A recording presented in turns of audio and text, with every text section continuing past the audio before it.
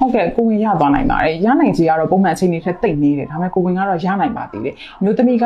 စိတ်ချရတဲ့ဓာတ်စစ်ချာနီတစ်ခုခုကိုသုံးမနေဘူးဆိုရင်ရသွားနိုင်တယ်ပေါ့နော်ဘာကြောင့်လဲဆိုတော့ပထမဆုံးတစ်ချက်ကအမျိုးသားရဲ့တုပ်ပိုးကအမျိုးသမီးရဲ့ခန္ဓာကိုယ်တွေကိုဝင်တဲ့အချိန်မှာ9ရက်ထိအသက်ရှင်နေနိုင်တယ်ဒုတိယတစ်ချက်အနေနဲ့တချို့မျိုးသမီးတွေရဲ့ရာသီစက်ဝန်းကတိုးတယ်ဒါကြောင့်မို့တာအုပ်ကြွချိန်စောတယ်နောက်တစ်ခုကအတူနေမိတဲ့ရက်ကရာသီစက်ဝန်းရဲ့9ရက်သို့မဟုတ်6ရက်မြောက်နေ့မျိုးမှာဖြစ်တဲ့အခါမှာဒီလိုအကြောင်းအချက်3ချက်လောက်တိုက်ဆိုင်သွားရင်ကိုဝင်ကရသွားနိုင်တယ်ရှင်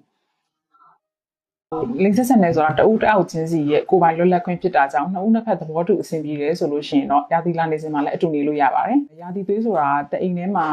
ကနေပြီးတော့ဒီတိုင်းသွေးခဲလေးတွေထွက်လာတာပဲပေါ့နော်။တခြားပြဿနာမိမိကိုယ်လည်းကြောင့်မှဖြစ်ပြောင်းလဲတာဘာမှမရှိဘူး။ဒါပေမဲ့ပုံမှန်ချိန်မဟုတ်တဲ့ခါကျတော့ဒီလိုအချိန်အတူနေရင်တော့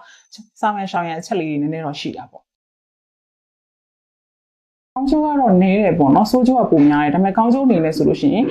အတူနေတဲ့အချိန်မှာထွက်လာတဲ့ခန္ဓာကိုယ်ထဲမှာအလိုလျောက်ထွက်တဲ့ endorphin ဆိုတဲ့ဟော်မုန်းတစ်မျိုးရှိတယ်အဲ့ဒီဟော်မုန်းကြောင့်ရာသီလာစဉ်မှာမျိုးသမီးတွေခံစားရလေရှိတယ်နာကျင်ကြိုက်ခဲခြင်းစီးစက်ကြိုက်ခြင်းဘိုက်အောင်ခြင်းခါနာခြင်းတွေကအနည်းငယ်တက်တာသွားစေနိုင်တယ်ပေါ့ဒီဟော်မုန်းလေးကြောင့်ပါပဲဟုတ်ကဲ့ပထမအဦးဆုံးကကြတော့မိမိကိုယ်နဲ့တအိမ်လမ်းကြောင်းကနေသူက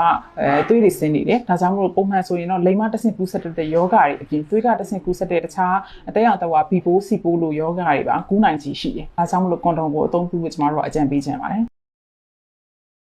ဟုတ်ကဲ့ဆောင်ရန်ချက်ကတော့အမှားဆုံးပြောချင်တာကခလေးယူဖို့အဆင်မပြေသေးဘူးပေါ့နော်မယူတာသိကြတယ်ဆိုလို့ရှိရင်စိတ်ချရတဲ့တားသက်ချာနေတစ်ခုခုကိုအသုံးပါဒုတိယအချက်အနေနဲ့ကကြတော့ကူးစက်ရောဂါတွေကာကွယ်ပေးဖို့ပေါ့နော်ကွန်ဒုံကိုအသုံးပြုပေးပါနောက်တစ်ချက်ကတော့